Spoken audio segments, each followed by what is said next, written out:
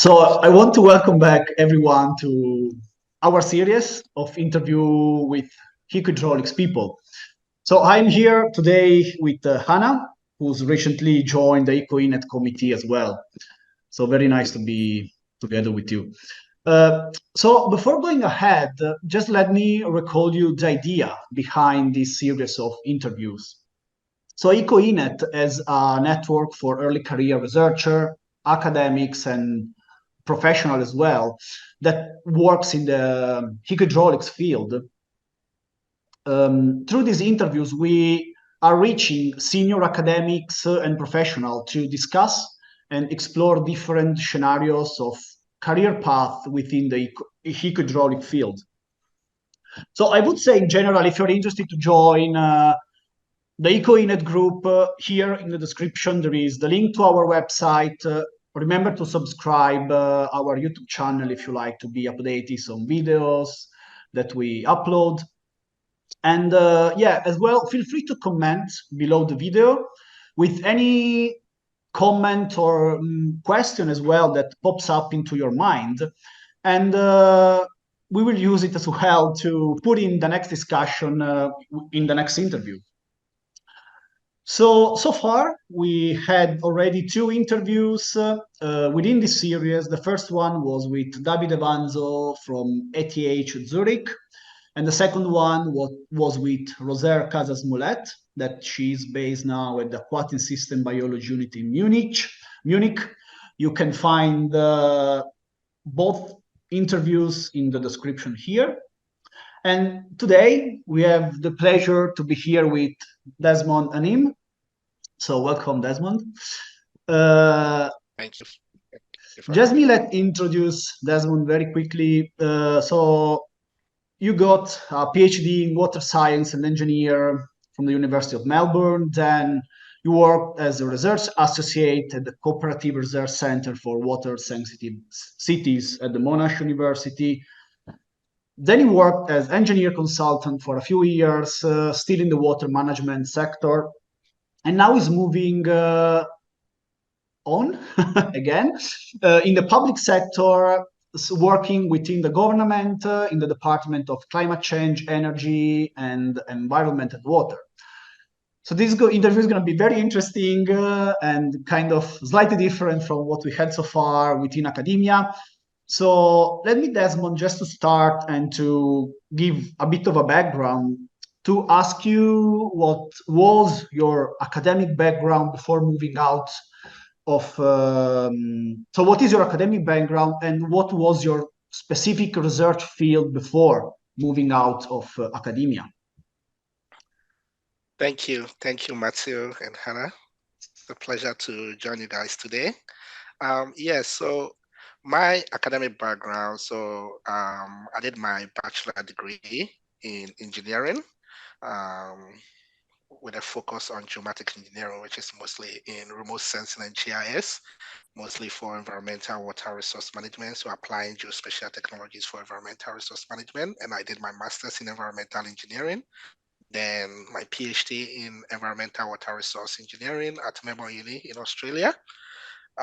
So my research background for my PhD was focused on urban water management in the context of urbanization and climate change. So looking at how urban development impacts our surface water, right? So specifically, I was looking at the impact of urbanization on hydrology and how the changes in the hydrology impact the hydraulics of our water system. So most specifically looking at urban streams. So I was looking at urban water or urban streams, as in most places they will say it.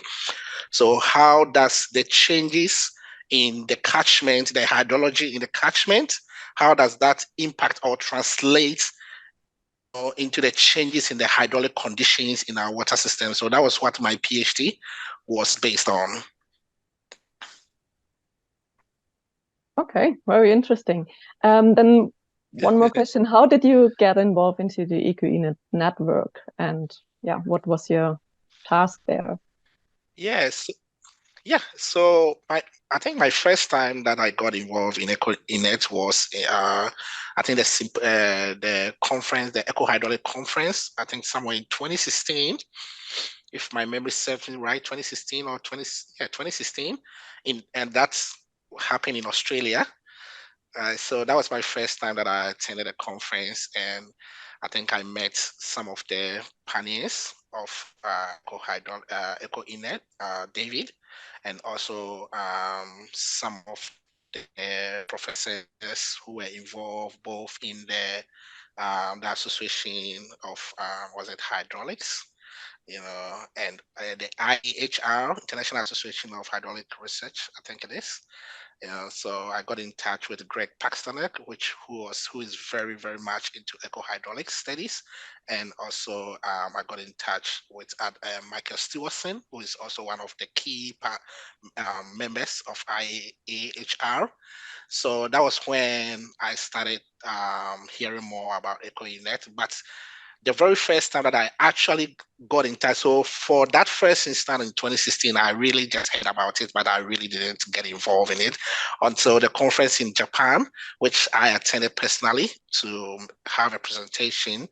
So that was my first time having that kind of integral connection with ECoENet. So where I met David and some of the other members, and they introduced me to ECoENet, and I joined. So they had a workshop, which was very, very interesting, very, very, very educative, and I encourage everyone who is in eco-hydraulic research or eco-hydrology or water management, if you attend the ECoHydraulic conference, try as much as possible to attend the workshop because it was very informative. We had a lot of professors coming to talk to us about early career research opportunities, scholarships, and other opportunities out there, which was very good for me at that time of my career as a PhD researcher.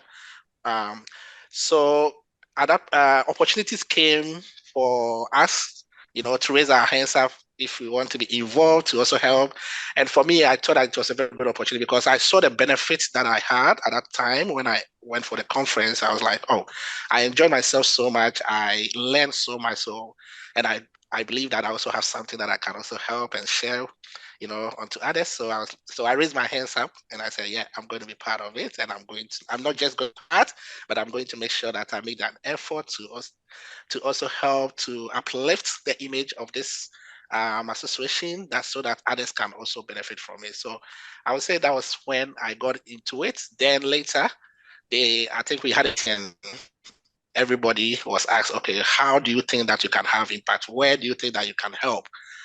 So, and I realized, I remember I said to myself, I think one of the key things that is important for every association is for us to be able to, put ourselves out there, communicate what we do and other stuff. So I raised my hands up and I was like, okay, I will help with communication of ECoENet, help to put ECoENet out there in terms of social media, and helping others to know more about it. So that was my first responsibility, as a member and as also a committee member.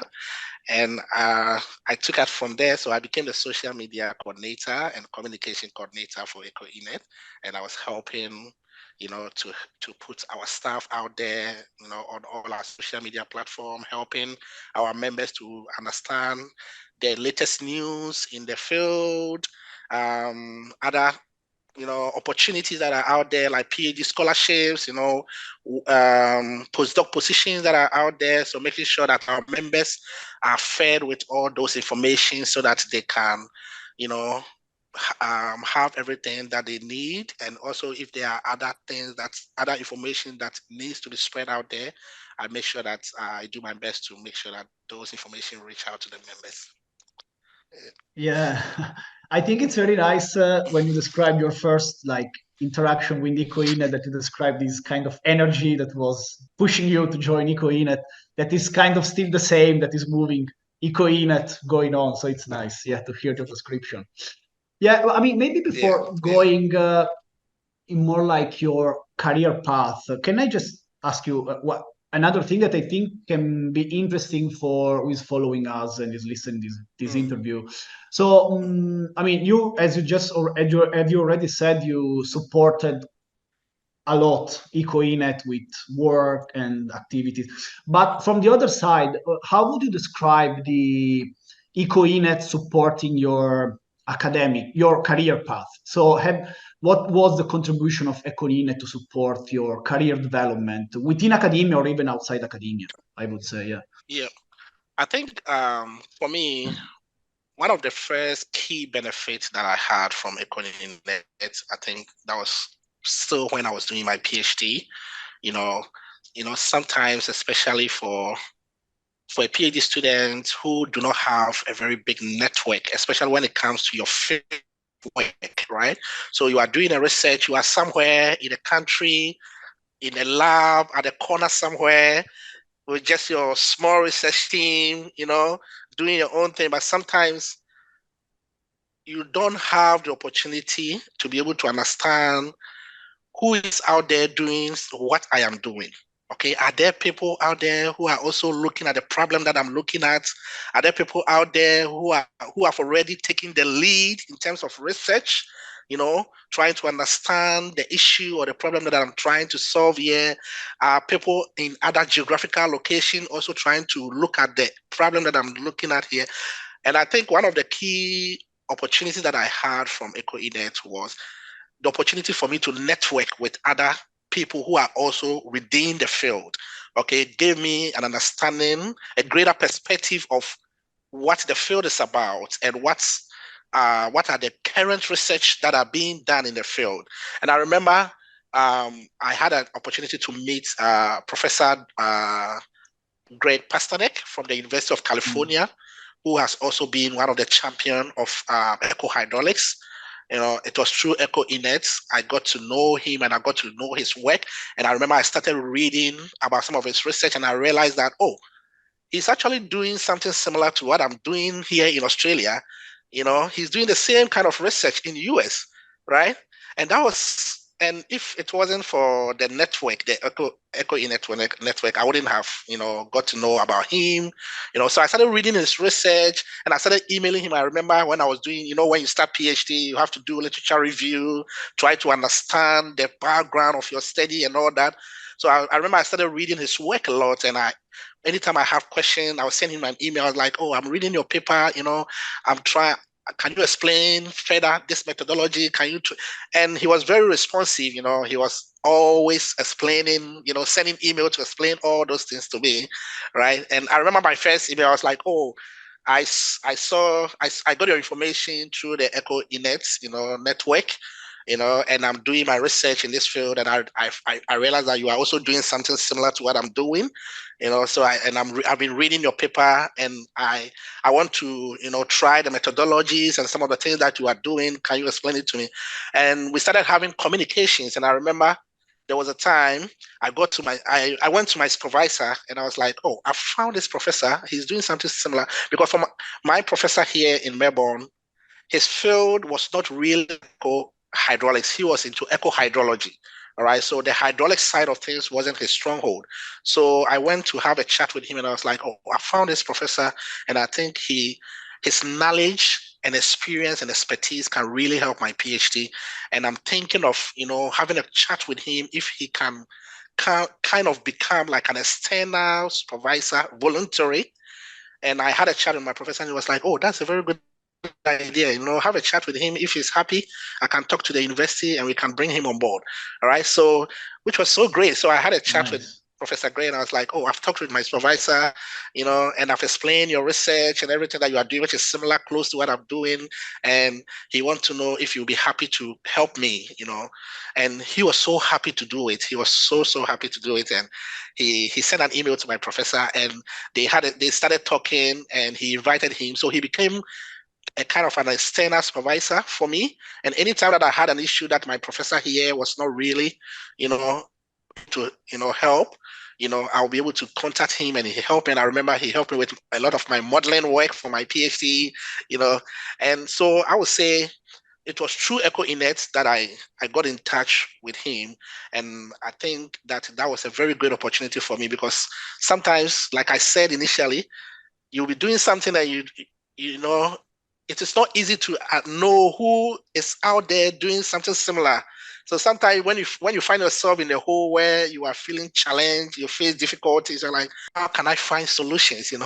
But if you find yourself in an association or a network like this, where you get connected to people who are in your field, who are doing something that you are doing, it gives you that opportunity to be able to interact, which it's not just me. I think I've also had a couple of chats with other people who have also had that same kind of, experience that I've had, where through ECoENet, they were able to see the work of other people, because we showcase what other people are doing, right? So that's help you to understand what is going on, and who is also doing what you are doing. So, which I think is a very great thing. Okay, thanks. That's a really, really great story to have this networking and actually, influencing it, also your PhD and your research. Okay, so we have talked a lot about research, so we can now maybe move on to your transition into or outside of academia to different institutions, as we know right now. So how did it happen, and why did you choose this path? Yeah, for me, I would say like my situation, if I'm being honest, I would say I didn't just sit there one day and just decided that, okay, I'm going to move out of academic. I'm so tired of it, I don't want to do it again, right? Because academic has been all my life. For me, I've never worked outside the university. So from undergraduate, after my undergraduate, I was a teaching assistant teaching and research assistant for 1 year before I started my master's.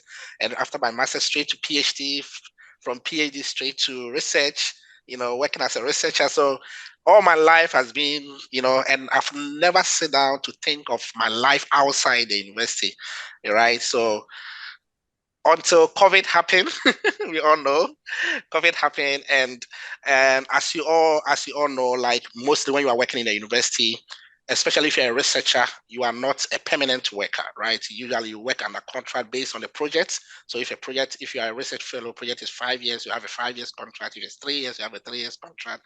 So my contract was almost up. Then COVID happened, and my research lab, we started losing a lot of funding, right? We started losing a lot of our funding. We're not getting any fund because all the government was, sending all the money, to help with COVID, issues and other things. So I remember that was when I started, like, because I realized that most of my colleagues whose contract got to an end, it was not renewed at that time, right? So for me, I had like 4 more months or something before my contract was. So I started thinking, I was like, okay, you know.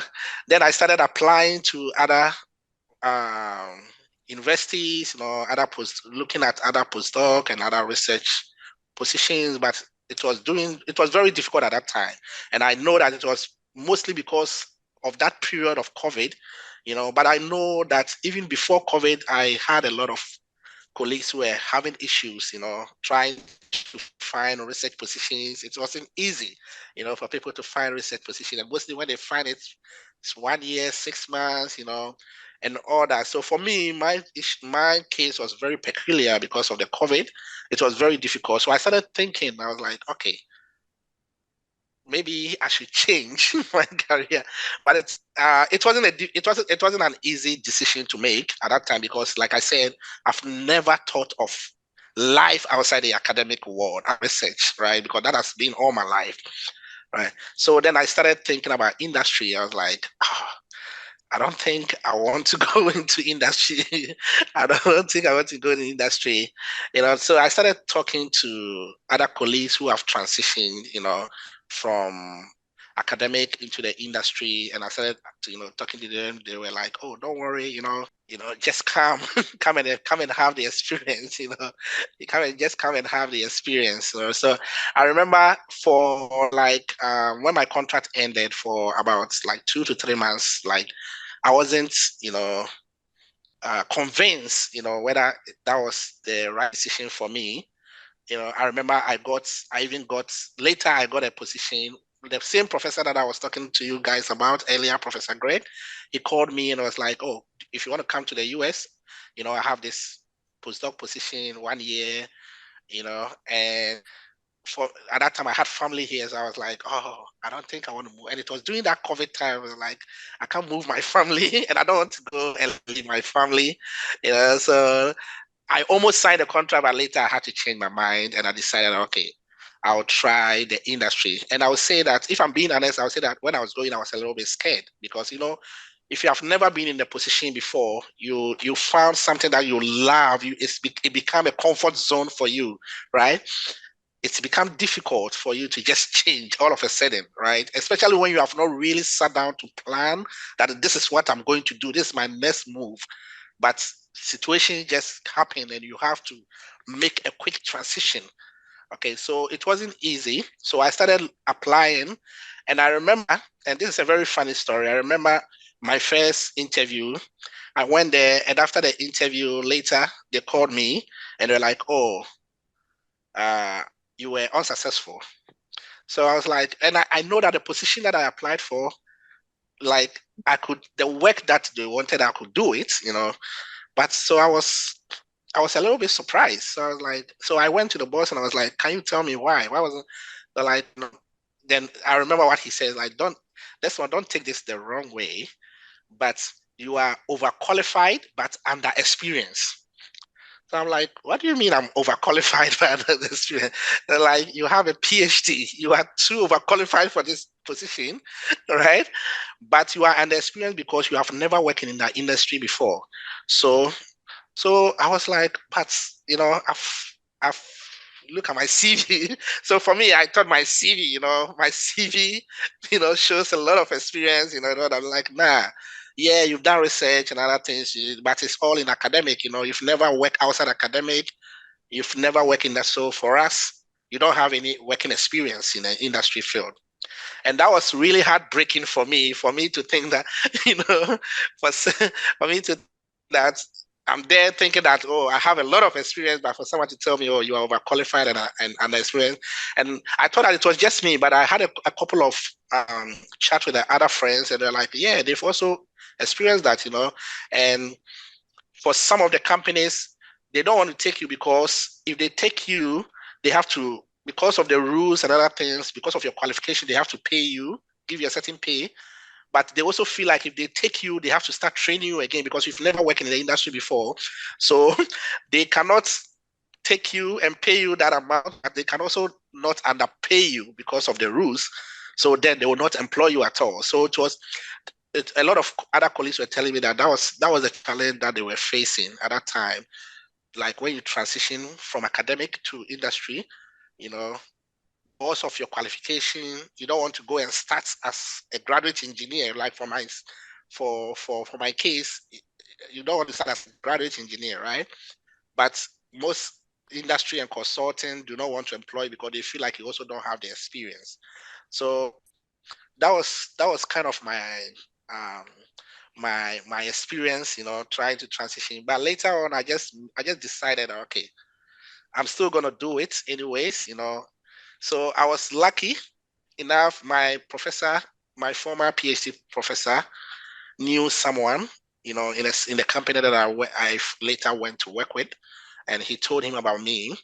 And lucky, the company was also looking for someone who had experience in geomorphology and ecohydraulics, geomorphology and hydraulics, because that was something that they wanted to bring into their company. So he told me that, oh, I know I had a former student whose research was into geomorphology and ecohydraulics. So yeah, maybe I will talk to him and see if he's interested. So he called me and I went to talk to them, and that was it. That was how I got a job, and I started working in the industry. Yeah. I mean, I think this story is super informative for all of us. It's super interesting. Yes. I mean, I'm not joking. It's an interview that can be super helpful for everyone. This one we are taking with you. I think, I mean, from our side, from it would be very interesting if you can run a sort of comparison. Oh, so you have like a lot of experience now within the, let's say, broadly speaking, private and government sector and within the academia. So if you could run a sort of comparison of the two typology of employment. I mean, both on from the point of view of the work itself, so research or hydrology now applied, much more applied probably now, but also as well from a point of view or your life managing, kind of timing, schedule, family managing. I mean, if you can run this sort of parallel comparison, it would be like super interesting. Yes. Sure. Yeah. So I would say, working as a researcher, one of the key benefits, when you are working as a researcher is being able to have a lot of control in what you are doing. All right. And what I mean by that is you have a project. Okay, you have a funded project that is maybe probably going to go for like 5 years, 3, 4, 5 years, right? You are not expected to have results, in the first 3 or 4 months, right? So it's very, very, very, you take your time, you start, you do all your literature review, whatever that you need to do. You have your methodology, you collect your data, you take your time to go through the analysis and all that, so probably maybe by the time you may come up with any kind of tangible findings, you might be in the 3rd year or the 4th year of the research, so it's kind of like having that control, and being able to take your time to go through the process to be able to come up, with some kind of findings that will be relevant or beneficial to the society or to whoever is in your project. But in the industry, it's not like that. The industry is, this is how the industry works. Somebody has a problem. You go and tell the person that, hey, I can solve your problem. Give it to me. Let me do it for you, right? So there's nothing like you go back with bad results, right? Sometimes, but I would say 99% of the times, you can't go back to the client and say that, hey, in research, if the results come up, if your hypothesis said, okay, if I do A plus B, I'm going to get C. And if you do A plus B and you get D, there's nothing you can do about it. That is the results, right? So you can have a negative result, and that is the result. You can't go, and that's how science works, right? You can't forge it and say, okay, no, it has to be C. I have to, change it.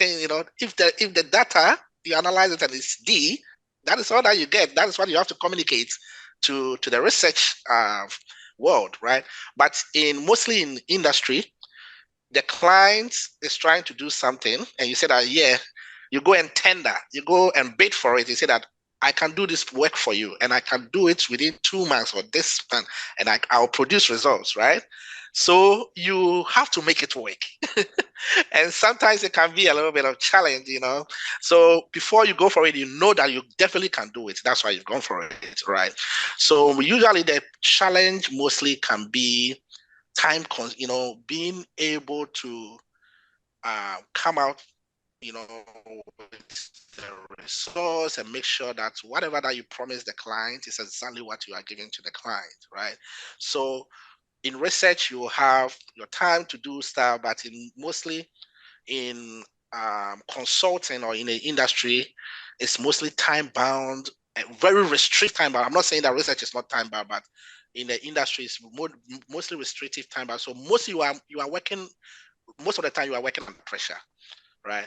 You have client calling you, hey, where's my work? When are you going to do it? Because maybe the client has gone to, let's say the client has going to develop an area, right? And the water management authority is saying that, hey, we have this river or stream or lake here, and we don't want you to pollute it.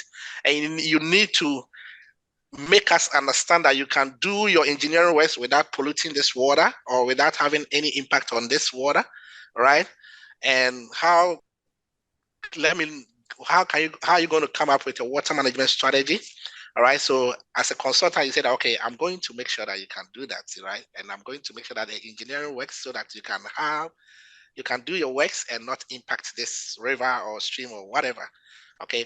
So you can't afford to go back to the client and say that, nah, I'm not be able to do it. Then you have to give them back their money, right? You have to give them back their money because if you're not able, you say you're going to do it. If you can't do it, give me back my money. But in research, I'm not sure. Probably maybe you guys have, experienced it, but I've never experienced a research where somebody give you the grant for research. You say that, oh, I know that you wanted this result, but when I did the research, this is the result that I found. Then the person will be like, no, okay, give me back my grant. I've never heard it.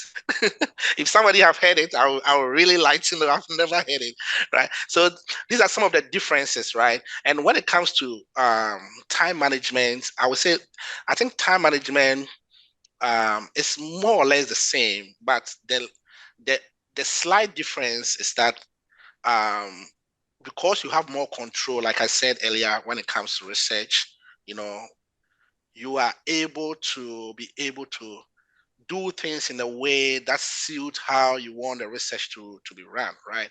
But for mostly when it comes to consulting, there are so many external factors, okay, that can impacts the way you manage the time of the work that you have to do. Okay, it can be maybe the client is giving you so much pressure, right? Because the client needs to submit. Okay, like for the example that I gave earlier, the client is going to do some engineering work. Maybe they're going to build a dam or a road or whatever, and they have to provide water management strategy to the authorities for them to approve it before they give them the permits to do what kind of work, whether they are going to build houses or whatever. So they are on you because without that work, they cannot get the permits, right? So they are on you, to produce it. And sometimes you do the work, they take it to the authority, and the authority is like, no, we can't accept this, right? So the client will come back to you like, hey, I took it there, it's not acceptable, right? And you need to kind of have a meeting with the client again, listen to the comments and the reviews of the authority, So sometimes it's kind of like put you in a very certain situation. So for me, when I move from research to consulting, I would say that for the first few months, it was really, really difficult for me because it was a big shock for me. All right. To be able to find myself always working under pressure. Okay. It was a big shock for me, right? The other difference that I would say is that depending on the kind of consulting or private industry environment that you find yourself, there are so many guidelines and rules and everything that they have to follow, which sometimes for us, we are not used to those things, right? Okay, because mostly it's everything that we do is guided by previous study. Okay, so previous study have done this, or you go read, understand the background of the study, then you look at how your work can contribute to what the previous study have already done, right? Unless maybe the research that you're going to do is something new that nobody have ever done before. So, but mostly we are built on what previous study have already done, right? So, but mostly in consulting, it's like there is a standard, there's a way that has been approved, there's a policy that is already there. You cannot change it. Nothing can be changed about it, and you have whatever that you do have to go by that policy, right? So the government or the authority is saying that okay, if you are going to let's say you are going to do a development, they said, okay, do a stormwater management strategy, and they have like water pollution, they said, okay, water pollution standard that is acceptable. Okay, they said, okay, the water cannot be polluted more than this. The amount of phosphorus, the amount of ammonia cannot be more than this. So that is what is the standard, and you have to go by it. So whatever work that you are doing, it has to meet that standard, right? There's no ifs and buts, right? It has to be that way. So that can be sometimes that can be a little bit challenging for people who are coming from the research into the industry because everything is everything is constrained, too much constrained, right? By the standard and the policies and the guideline that is there for us to be able to abide, because whatever that you are doing is to abide by certain standard and policy that the authority is looking forward to. Okay, but mostly in research you have freedom. Okay, science, you have research, you have freedom, to be able to do things, right? I'm not saying that we don't have rules to follow, but mostly there's a freedom as a researcher to be able to do your work, and whatever result that comes up is whatever that you found. Okay, you cannot go and do some mostly we call it massage. You massage your results so that it fits and make everybody happy. No, if it's not right, whatever that you got is whatever you got. So that is also one of the things. In terms of Matteo, the other side that you talk about in terms of family side or things, I think one of the key challenge that for me I found out I was working in the industry was family work balance. Okay. And if I'm being honest, I was really struggling with it. Like I was really, really struggling with it um, because of what I said earlier in terms of the pressure that comes with like projects. So for me, when I was working in consulting, within a week, I can be working on 5 different projects, right? So I have 40 hours in a week. Maybe I'll have 10 hours working on this project, 5 hours working on that project, 2 hours working managing this project. So within a week, I'm working on so many projects. So, and sometimes when I started, because I was having issues with priority management, to be able to, because you are working on so many different things at a time, so you need to be very, very good when it comes to managing your priorities, which can be a little bit challenging for us, especially for people coming from research, because mostly research oftentimes are just working on one project, and even within that project, maybe your task is even just one of the research questions that you are working on. Other people are working on other questions, so you are just focused. Most of the time when we are doing research, we are focused on one research question and we are trying to, but in the consulting or in the private industry, you are working on so many projects at a time, so you need to be very, very good with priority management, right? And I had to attend a lot of workshops to be able to learn how to manage my priority, because I was really struggling with it, right? So imagine working on different projects within a week. Sometimes, and sometimes things can change and you have to kind of speed up certain project because the clients need it to be able to get certain things, and sometimes you've promised the client, I'm going to do this in 2 weeks or 3 weeks, but maybe you may have issues with certain things, maybe you are doing some modeling, right? So for me, like, for instance, maybe I'm doing a flat model. Sometimes, you run the model, and sometimes the model can take 2-3 days for it to finish. Then after that, you know that, oh, I need to change some parameters, rerun it again. But you've already promised the client, oh, I'll finish this work in 2 weeks, because if I assume that, okay, everything is going to go right, but sometimes things happen. But the client will not understand, right? Because for him, you have promised him 2 weeks and he needs it for 2 weeks. So they start giving you pressure. And because of that, sometimes you find yourself even working over the weekends, right?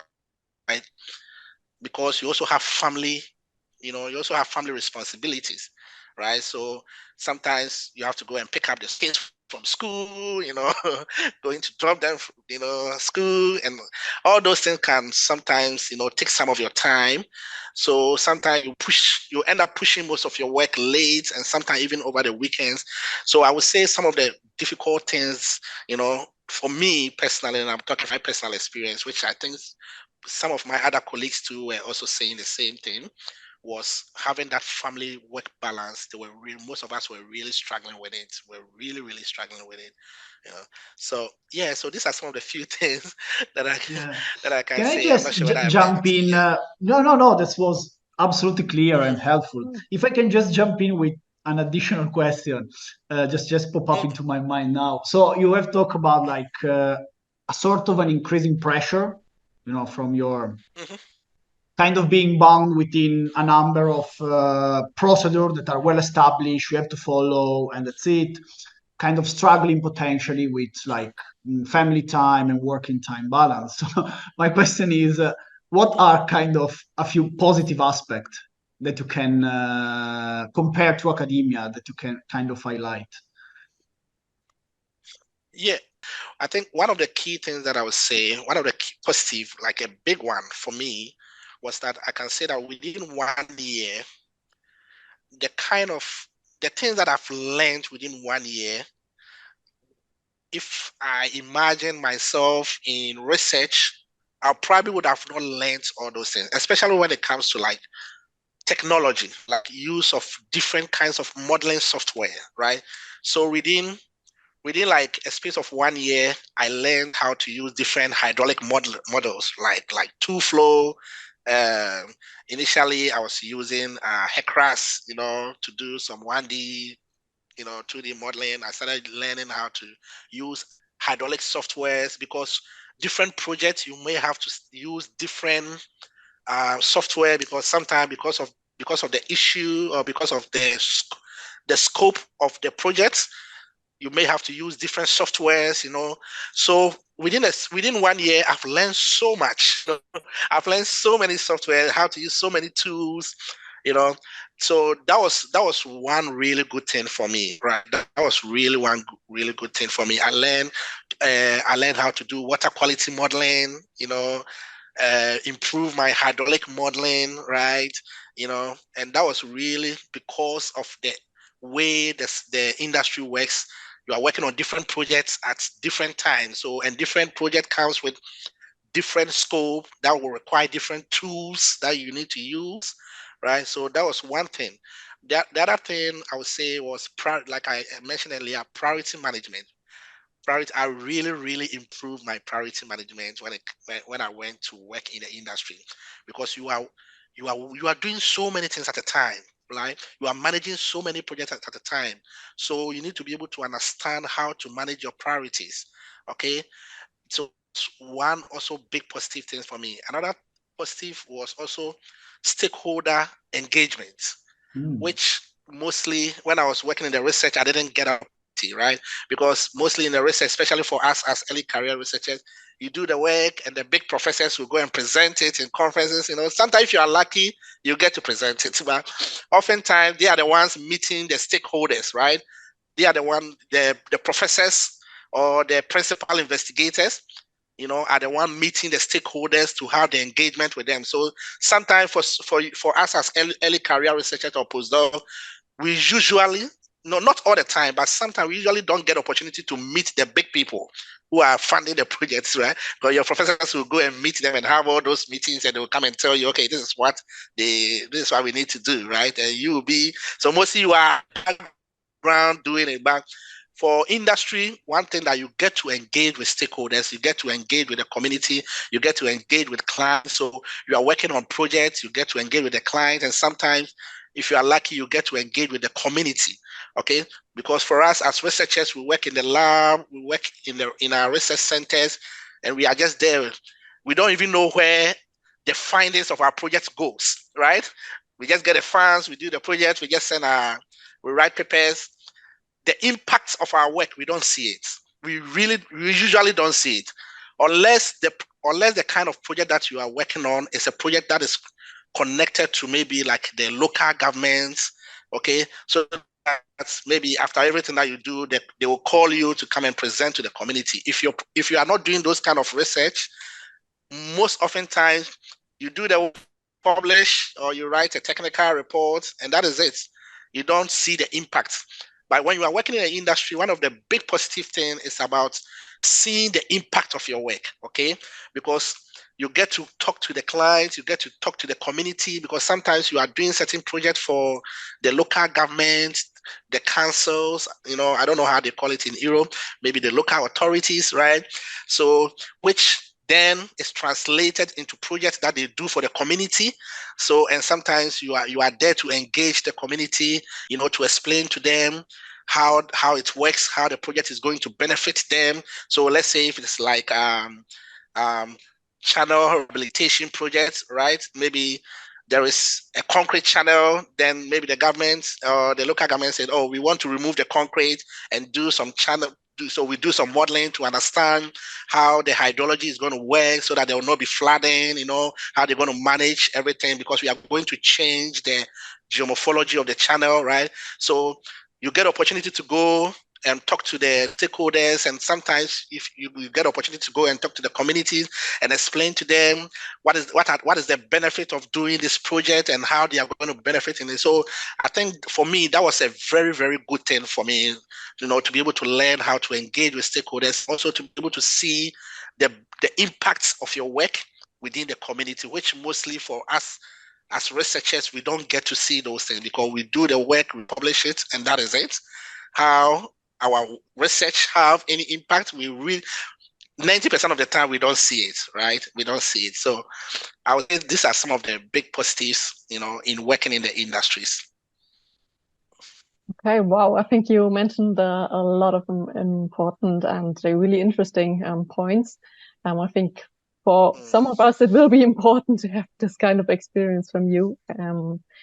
Yeah, so maybe to sum up in the end, maybe you have some advice to give people who are actually thinking about doing this transition from academia to industry, kind of as a sum up of all the points you just mentioned.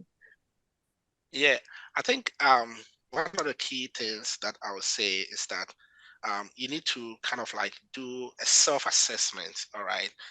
A self-assessment of yourself. Try to identify what are my skills, what are my strengths, what are the skills and the strength that I gain from my academic or my research,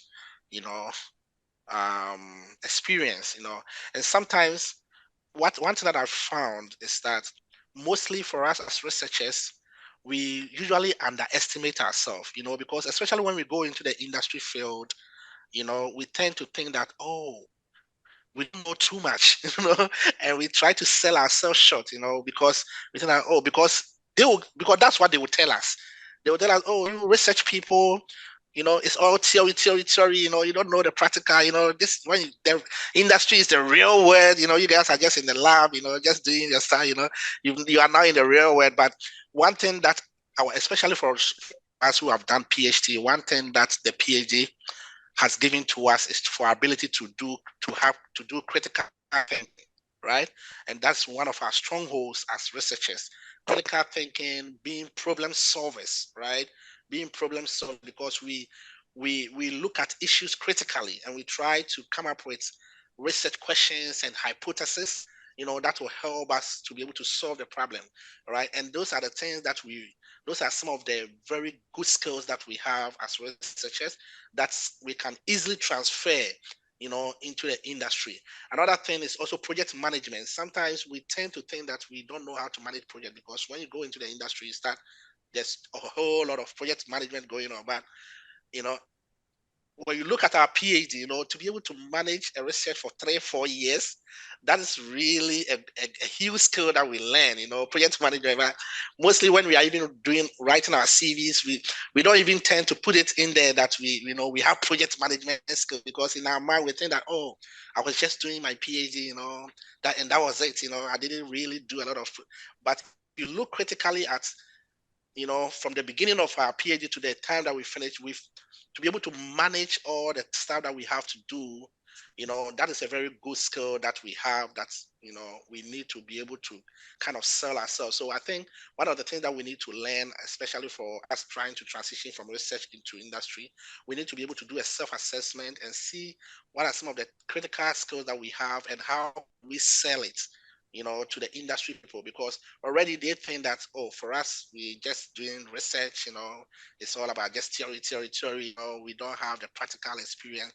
But oftentimes we really do, but it's all about how we are able to sell it. Another thing is for networking.